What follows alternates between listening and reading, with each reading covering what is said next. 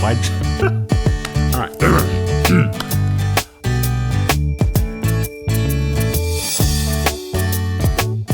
Kia ora koutou, my name is Jeremy Mayall. I'm the CEO of Creative Waikato. I'm a member of Te Rōpū Mana Toi, and I'm also a composer. Kia ora, ko Dolina Wehipeihaha na ahau. He uri ahau no Ngāti Tukorehi me Ngāti Raukawa. My name's Dolina. I'm one of the members of Te Rōpū Mana Toi. I also work as the Kaiarahi Māori for PANS. I'm an independent producer and the general manager of Kia Mau Festival.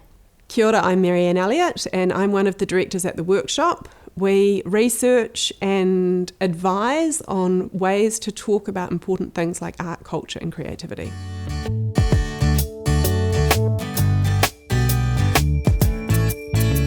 I'm excited about the possibility to advocate for some changes that we've all known that need to happen within the industry for a while amongst the sector. So often we all work so hard and we find ourselves to be resource poor or time poor, or many of my colleagues who are working in the arts do many different roles. I'm an artist, I'm also a producer and arts manager. I work for a number of different organisations. We all find ourselves, especially at this time of COVID, to be quite stretched. So I'm excited about how this work can change the way that I think about how I communicate about what I'm doing with others, and that hopefully there will be a payoff where more people begin to understand the value of the arts to our lives in Aotearoa and find ways to really get behind it. We're at a point where change is necessary, but we haven't necessarily had the framework to support that change. And so by using this approach that's research informed and that speaks to the strengths and values of the sector, we can empower ourselves and the communities that we serve to make that shift meaningful and make that shift tangible. Our goal really here is to amplify the voices of New Zealand artists and the impact that they make on our communities throughout Aotearoa and globally.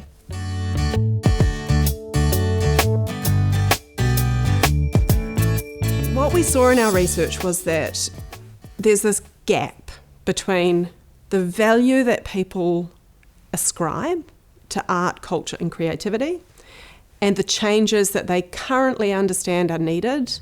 And that gap can only really be filled with a better explanation about why the sector needs those changes. One of the most important things that we can all do is get really familiar with those unhelpful narratives that are out there, the unhelpful stories that are being told about art, culture and creativity, be able to identify them and make sure that in everything we do in our messaging, in our communication, in our advocacy, we're replacing them with something more helpful.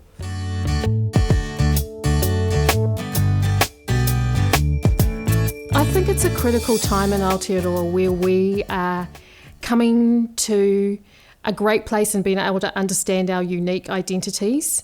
We've got some incredible diversity within our population, and we're underpinned by the energy that comes out of this land, which inspires everybody's arts practice who's based here. I feel like a project like this, where we can work together to advocate for the arts, recognising the important role of Māori artists and mana whenua in amongst the work that we do, that there's an exciting journey ahead of us as we figure that out together. We want to be a part of something awesome.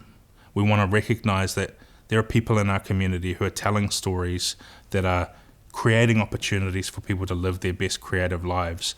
And if we can highlight that, that becomes a really compelling reason for other people to join in to achieve those same outcomes. Decision makers change. You know, we have elections, we get new ministers, councillors change. So if all of our advocacy is oriented towards trying to shift those decision makers, there will always be the risk of it being reversed, and there's always the risk of it being short term.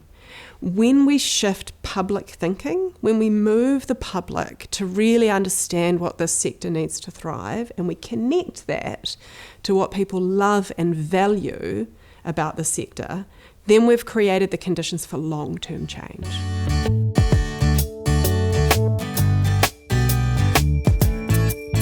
Approach the resource with an open mind. It's not the silver bullet. It's not the thing that's going to fix the system and change it tomorrow.